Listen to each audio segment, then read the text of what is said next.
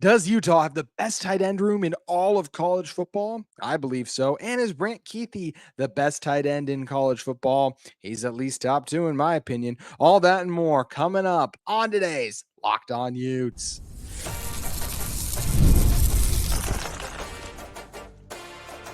You are Locked On Utes, your daily podcast on the Utah Utes. Part of the Locked On Podcast Network, your team every day.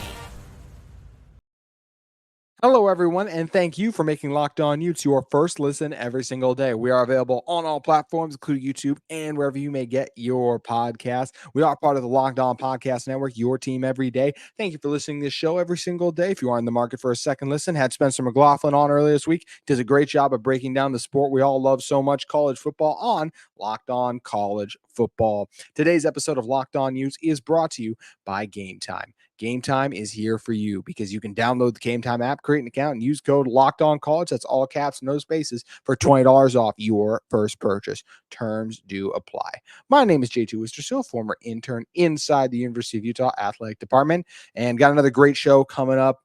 Max Chadwick of Pro Football Focus joins me. He's their college football insider, or analyst, and just does a fantastic job of breaking down the game, and had a great discussion about the tight end rooms in all of college football.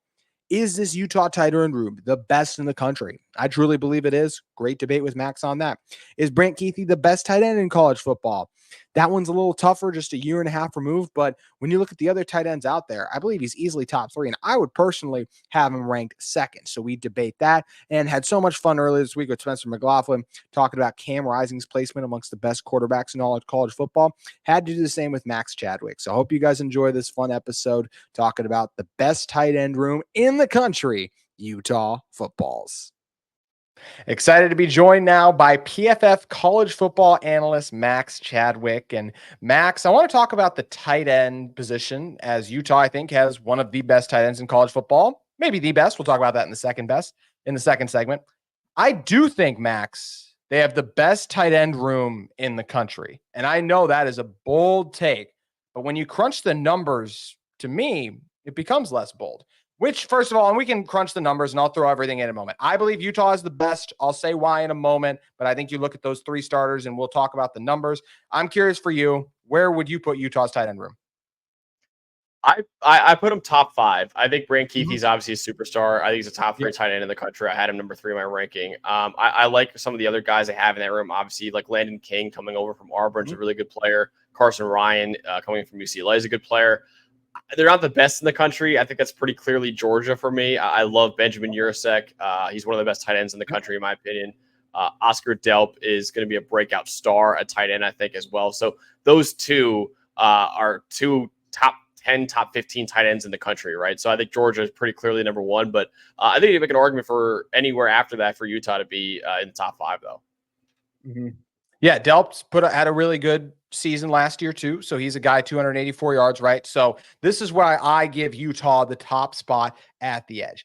Utah, when you combine their 3 guys together, and yes, I can't argue the injury asterisk with Brant Kuithe, right? In terms of like, we are projecting what he will do if he can get back to that form. But the last time these 3 tight ends finished a season, so for Ryan and for King, 23, for Kuithe, back to 22, that group combined for over 980 yards and 12 touchdowns. Those 3 tight ends have, because Ryan over 200 yards, 13 receptions for 3 touchdowns, as well as, and then you look at what Landen King was able to do, 166 yards, 12 yards per catch, 3 touchdowns. And Kuithe, 2 seasons over 600 yards, was on pace for well over that in 22 before he got hurt. So the numbers are there for those guys. You mentioned the other obvious contenders with Georgia right there in Delp. And then you look at what a guy like Wistrcill has been able to do. But I think there are some still fair questions about Georgia. When you mention Wistrcill, he's a guy who, let's quote PFF, in 2022, his PFF grade dropped, and he would not have eclipsed 500 yards. Yes, he dealt with the injury last year, so if he can bounce back from that, that will be a big thing. Delp is really good, and the duo of Oscar Delp and Wistrcill, I think I'd give you that for over Utah. But when I can bring in Landen King, I think that really strengthens my argument, because if I look at Georgia's third tight end in Lawson Lucky, then I'm talking about a guy who only had 2 receptions for 9 yards. And that's kind of where I think Utah does have the edge. And I'm curious where you'll land on this too. But like when I look at Utah's third tight end of Landen King or Carson Ryan, whoever wants to be, that's what kind of sets them apart to me of these other groups. Duos, a couple other good ones. 3 elite tight ends, that's where it's really hard to find because we look at Michigan, right? Loveland's awesome, but Klein and Bredson, their other 2 tight ends, combined for less than 40 yards last year. North Carolina's got Nesbitt and Johnson, 2 really good players, but once again, it's only 2. So then even we go to Syracuse, right? And Gadsden is a guy who's also a wide receiver a little bit. So there's different ways that you can kind of talk about him too. And Villari had 180 yards too. Notre Dame, Michael Evans is kind of the only guy. So there's a lot of these groups where I'm like, okay, they got 1 or 2 guys, but when you get to that third, there really isn't any proven commodities. I just last year saw Landen King put up good numbers. And I'll also say this about what Utah had last year, a quarterback, right? Landen King wasn't given a great opportunity because of the quarterback situation. Carson Ryan with Dante Moore, that wasn't a great situation either. So I do think this Utah room by the end of the year, the top 3 guys might be the best collection of tight ends in college football.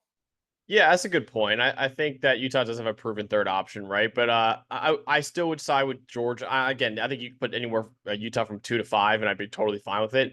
The only reason why I side with Georgia is I think Wistrcill is right there with Kuithe in terms of how good he is, and then I think Delp I think is pretty clearly better than anything Utah has after Kuithe right now. So that to me is huge, and then also Georgia's got highly rated recruits at tight end. So it's not like, they're unproven, but it's like these guys have really, like one of them I think is a 5-star freshman they have at tight end this year. So they have a lot of potential at that position behind Delp and Wistrcill right now as well. So I go with Georgia. I think Georgia's pretty clearly number 1, but if you want to put Utah number 2, that's absolutely something you could do. I'll say this about a guy like Carson Ryan. I'm curious for you. What did you think of Dante Moore last season? Moore was I think honestly, anytime a true freshman is out there, it's almost like a rookie in the NFL. Like, he had a bad rookie year. It's like, dude, you could throw that out. Like Peyton Manning was bad as a rookie, right? So I think that a true freshman tape, he started off red hot. He looked amazing to open the season. Now, granted, it was against bad competition, and as we went on through the season, especially that Utah game, did not look good at all, right? And I think he's finished with like a sub 50 PFF grade in the year. But I do think he's a guy that has a lot of potential. I'm excited for him to kind of sit for a year, not have a lot of pressure on his shoulders, sit behind Dylan Gabriel, and then take over the Oregon job after this year. But he has a lot of potential. I still think he could be like a first-round quarterback, if not higher than that. Maybe like a top 5 pick at quarterback. But he's obviously got to prove a lot. It is probably junior year. He's going to be riding the bench this year. And the reason I brought him up is because that's who Carson Ryan was catching passes from last year. And he has now agreed to go be a backup. Although, like you said, I think a lot of these guys after their first year, that's a big transition to make right away, especially the Pac-12 has had some really good teams last year too. So I'm not trying to lump too much on him, but I do think Ryan's a guy who's capable of being one of the other 20 best tight ends in college football. Now, how much will Kuithe eat up? And we're going to see 3 tight ends on the field a lot for this Utah team, but that's where the production makes it very similarly. But you mentioned the things you liked about Landen King's game, but how much do you think that Landen King as well as Carson Ryan can be maximized in this Utah offense? Yeah, I think they're going to be important because Kuithe is coming back from an injury that has sidelined him for 2 years, and I don't think they're going to expect him to play 60 to 70 snaps every game. And maybe he will be able to do that, but I think they're going to play a key role in just spelling him at times, right? Maybe they run some 12 personnel out there as well, or 22 personnel, and just do that as much as possible and just try to get as many tight ends on the field as possible. I think that's something that we've seen Utah do in the past, right, with Kuithe and Dalton Kincaid, and I think it's possible we see a little bit more of that this year as well. So I think they're going to play key roles. Kuithe's obviously the star of that unit, but I do think that we're going to see them play a good amount this year. That's a perfect segue because I want to talk about what a star I think Brant Kuithe can be and where he ranks amongst the best tight ends in college football in one moment. Today's episode of Locked On Utes is brought to you by our great friends at Gametime.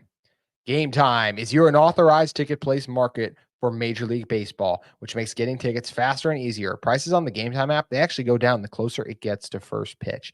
There are so many great matchups going on across the major leagues that you want to get in on the action. Gametime has you covered. You can save up to 60% off buying last-minute tickets for sports, concert, comedy, and theater events near you. How about their zone deals or flash deals? Both allow you to get good deals on seats, whether it's those flash deals where you can select the seats ahead of the game, or zone deals where you choose a section and let Gametime choose the seats for you. Also, how about that low price guarantee where Gametime will credit you 110% of the difference? Gametime ticket coverage also has you covered with the most flexible customer service policy in the ticketing industry. You can take the guesswork out of buying MLB tickets with Gametime. Download the Gametime app, create an account, and use code LOCKEDONCollege, capital LO, and all college capitalized for $20 off your first purchase. Terms do apply. Again, create an account and redeem code LOCKEDONCOLLEGE for $20 off. And you can download Gametime today. Last minute tickets, lowest price guaranteed.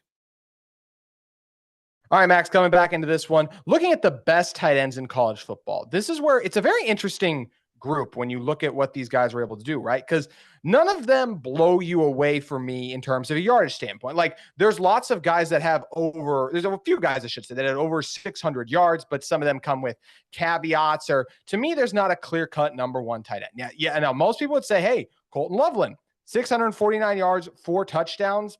It doesn't knock my socks off. Versus Brant Kuithe, I think had he been healthy in 2022, he would have had equal numbers to that. So, and it's hard to have Brant Kuithe as number one right now. As much as I want to have him up there, it's off the injury. He's yet to go over that 649. So I'll give Loveland the top spot. And we talked about Gadsden a little bit. He's tough to rank in this because his number is like 969 yards, the 6 touchdowns, but he's a hybrid. So it makes it difficult what to do. But Kuithe is extremely consistent. And in fact, Max, you recently wrote a piece not too long ago on the best tight ends in college football. And here is what I would like to remind you. You yourself said about how good Brant Kuithe is. He was named a PFF's All Pac-12 team every year from 2019 to 2021 and was a third-team All-American as a sophomore in 2019. He led all FBS tight ends in that span with 31 forced missed tackles while having the 5th most receiving yards in that span, 1,449. If you want to put Loveland at top, I'll give you that. But I think going into the year, I would have Brant Kuithe number 2. That's totally fair. I think Loveland for me is pretty clearly number 1. I think just in terms of production last year, you got to remember too, like they were running the ball a lot at Michigan, right? That's another thing I got to keep in mind. Also, they had other great weapons on that team, like Robin Wilson, that are gone now. So Loveland is just not only production, but like the athleticism is rare, man, really rare. And I think he's a guy that it's really hard to say, oh, I'd be surprised if tight end falls out of the first round, considering how rare it is for a tight end to go in the first round. But he's one of those rare breeds where I'm like, yeah, Colston Loveland, that is a first round pick right there. So I think he is a really good player. Obviously, he's a lot younger than Brant Kuithe too. And that doesn't play really a part into the college equation really, but you think about, last year Loveland was a true sophomore and Kuithe, was like a 5th year player last time we saw him really play. So that plays into it a little bit too. I personally had Mitchell Evans from Notre Dame, number 2.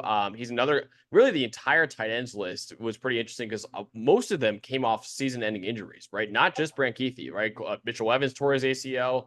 Gadsden had a season-ending foot injury. Luke Lachey had a foot injury, I believe, as well. So, yeah, there's a lot of tight ends on this list that are coming off season-ending injuries. I like Mitchell Evans a little bit more than Kuithe. I think he also had a really, really good year before he went down with an injury. Like, he was a top 5 tight end in the country before going down with that injury. The Kuithe thing is just weird because we haven't seen him in 2 years now. But I firmly expect him to be. That's why he's number 3. Is that I firmly expect him to be once again, like a top 3 to 5 tight end in college football again.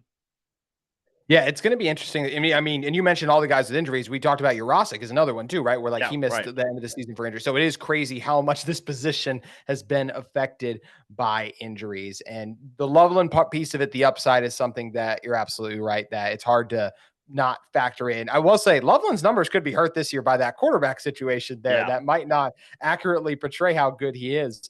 For Brant Kuithe, I think he could be set up for a monster season. I think he's got a real chance to go over 700 yards. I expect this offense to be a little bit more pass heavy, at least than it has in the past. Still going to be a Kyle Whittingham team. You mentioned with Michigan how much they like to run the ball. Utah is going to be similar to that, although I think they trust Cam more than the Michigan current quarterback situation is. So for Brant, what kind of numbers do you think? Well, first I want to know, number 1, give your thoughts a little bit more on Brant Kuithe, as well as what kind of numbers does he need to have this year to be considered the best tight end in college football?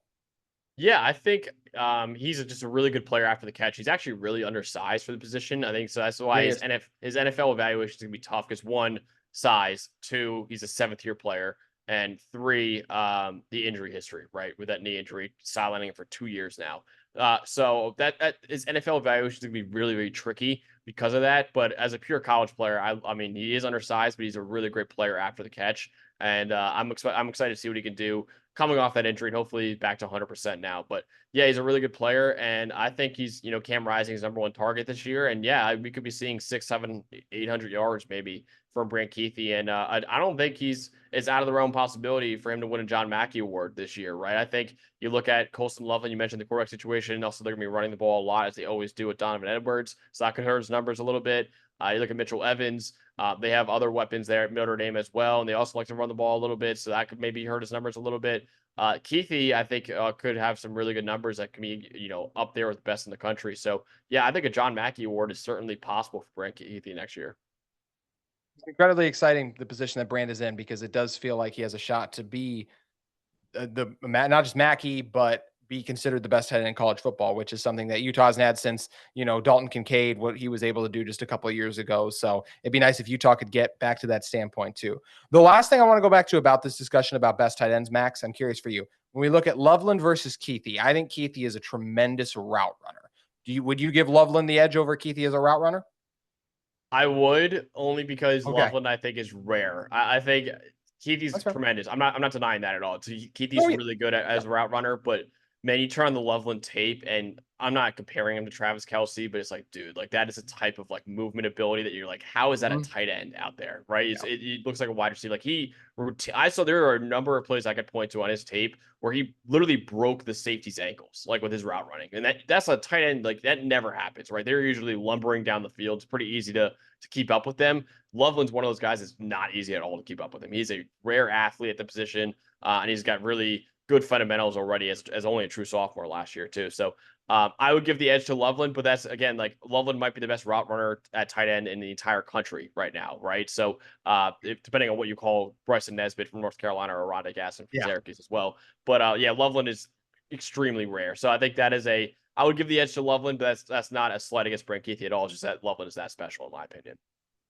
1,000%. Even with me trying to argue the things about Kuithe, it's like Bryson Loveland is literally like, if he's not one, he's at least 2, and he's probably, and like I said, right now he should be considered 1 until Brant can get back to that point, because he is coming off such a strong season overall. Last thing I want to ask you about tight end rankings, though.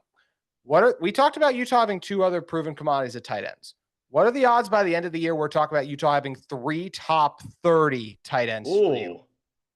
Top 30 would be tough, only because I just don't know if the third guy's gonna have the production to get in the top 30. Because that's like the top 25% of college football right there. So yeah, it's hard for me to think a number 3 tight end will be outproducing 75% of number 1 tight ends, right? So I like them a lot. I do think it's one of the best rooms in the country, but the production, I'm a little bit worried about the 2 and 3 guys getting the production to warrant top 30. But maybe we do get it right, because I think, back in a couple of years ago, you would have said Dalton Kincaid and Brant Kuithe were both easily maybe even top 10 tight ends in college football, right? Yeah. So maybe we get like something like that. But those are 2 pretty special players. I mean, Kincaid was a first-round pick, and Kuithe's a top 5 tight end in the country right now. It'd be interesting to see how this year, but it certainly is one of the best rooms for sure. It is surprising the lack of tight end production too at some schools. Some schools it's awesome. Yeah. We mentioned Michigan, Notre Dame.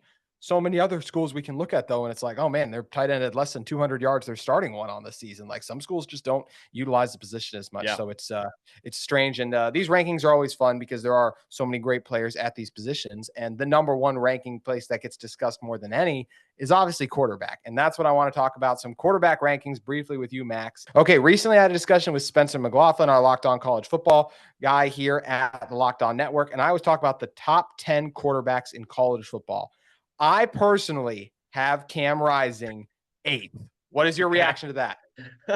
I'm not surprised. I mean, I'm not saying that you're biased at all, because I know you're amazing when you do. What do you mean? I don't have a bunch of Utah stuff in the background. How dare you? This isn't Locked On Utes. How dare you? I don't hate it, man. I really don't hate it. You and Spence doing a great job. I watch actually a lot of your stuff, so it's pretty. I love watching both of you. But I wouldn't put Cam top 10 right now. But I love him. He's a gamer. I put him maybe top 15, definitely top 20. Yeah, I wouldn't put him 8th right now because I think there's a lot of guys that could get that spot, but he certainly is in that mix, right? When I was making the back half of my top 10, like Cam Rising was a name that I was thinking about for that back half, right? So it's not outrageous of you at all to put him as your number 8 quarterback right now. I just personally would have him probably more in the late top 15, probably early, in terms of 16 to 20 if he does make it that far. So I think he's definitely top 20 and maybe top 15, but I personally wouldn't do top 10 as of right now.